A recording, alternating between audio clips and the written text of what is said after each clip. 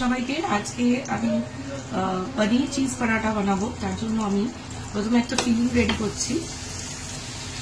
তাওয়াতে দেখো আমি এখানে পেঁয়াজ আর টমেটো সামান্য একটু রসুন দিয়ে সর্ষের তেলে ভেজে নিয়েছি। আলুটাকে স্ম্যাশ করে নেবো প্রথমে।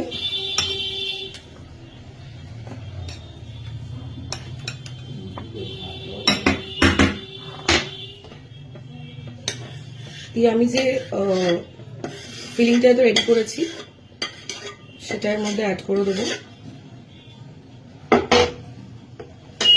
ফিলিং এরটা রেডি করে নেবো। ফিলিং পুরটাকে বসিয়ে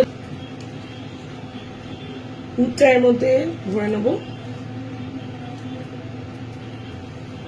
দিয়ে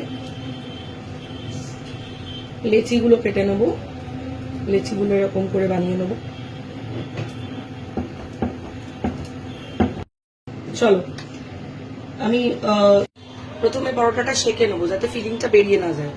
দিয়ে সামান্য তেল নিয়ে এপিট ওপিট করে আমি এটাকে ভেজে নেবো। ব্যাস, পনির চিজ পরাঠা রেডি।